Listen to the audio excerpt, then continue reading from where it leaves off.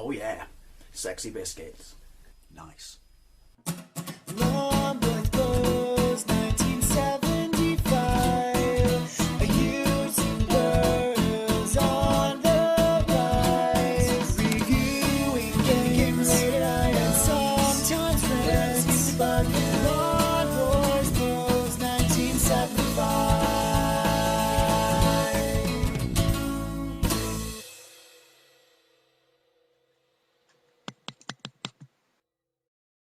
YouTube, Long Boys Post 1975. Voice cracked a little bit there. Might be because I've just got back from work and I had spicy Szechuan noodles. Again, bad idea because that's what my face is red and so are my lips. They're burning, excuse me. I'm off for a week as well, which is kind of cool. Especially since it's now cooler outside. Sorry, I'm looking to check my battery because it's quite low.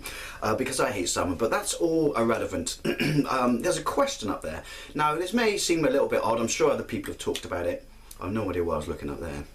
Other people have talked about it, but I was talking to a guy at work about it last night, and when you work somewhere that, you know, has like a company-based radio station, you become, it's like noise pollution. Anyone who works in retail will know about this, you know, unless it is just me. So be constantly hear the same music and the same adverts over and over again drives you up the fucking wall, drives you absolutely bananas. But you become very acutely aware of all these adverts and all these songs. So there's nothing quite as annoying as being able to sing word for word a song you hate by a performer you can't stand. It's, yeah, but what's worse is the adverts really start, the cynicism in them and the way they word it, because they seem to think that that's what you want to hear to purchase a product, really starts to get on your tits. But how's that relevant to the question up there, which is it justifiable for game companies to still charge more money, you know, quite a bit more money for games on the current gen as opposed to still, you know, what they're still making on the previous gen, because it's still an active generation now that we're all, you know, pretty much 2 years in. Because, as I said, we keep hearing these adverts and you hear this out now on Xbox One and PlayStation 4, £49.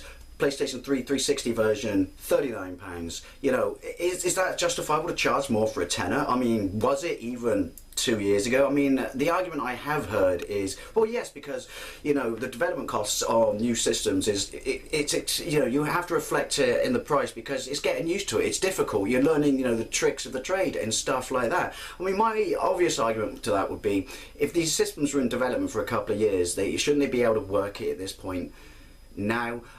But also, I mean, the obvious one and the elephant in the room right now is it's pure, you know, corporate greed, which stands to reason. But as I said, excuse me, really 2 years in, can you justify charging a tenner more for, you know, say FIFA or Pro Evolution Soccer on, you know, the current gen as opposed to PlayStation 3 and 360? Is it going to, you know, be that different a game? You know, with the, you know, surely the visuals are just going to be shinier. I mean, if you take Metal Gear Solid 5, the 360 and the Xbox One version, you know, by all means correct me on this, aren't they basically the same game engine? One just runs in a, you know, better pace or in higher resolution. So you can't argue there that it costs more in development costs to produce that version of the game, so therefore that version should cost £10 more. I think it's bollocks. As I said, you know, it probably is pure corporate greed. But if anything, you could argue that as a reward to their loyal fans for jumping over to this new system, wouldn't it kind of, you know, be better in their best interest to match, you know, the prices? The counter side to that is, well, then people will just stick with their current gen. I don't think they would. Some people will, such as myself, but there are always, you know, a massive group of individuals who will always jump to the new console as soon as it's released. So I see no problem with doing that, leaving, you know, the prices the same. To me now, these games should be dropping to the same price. I mean, if anything, you could say if whoever did that first, whether it be Sony or Microsoft, whoever jumped to that first, yeah, would definitely have an edge over their competitor. Where's my beer? And the other thing we became acutely aware of is stuff like the new Lego game where you can import characters. I forget what it's called, you know, and obviously all the other all the other ones, such as Disney.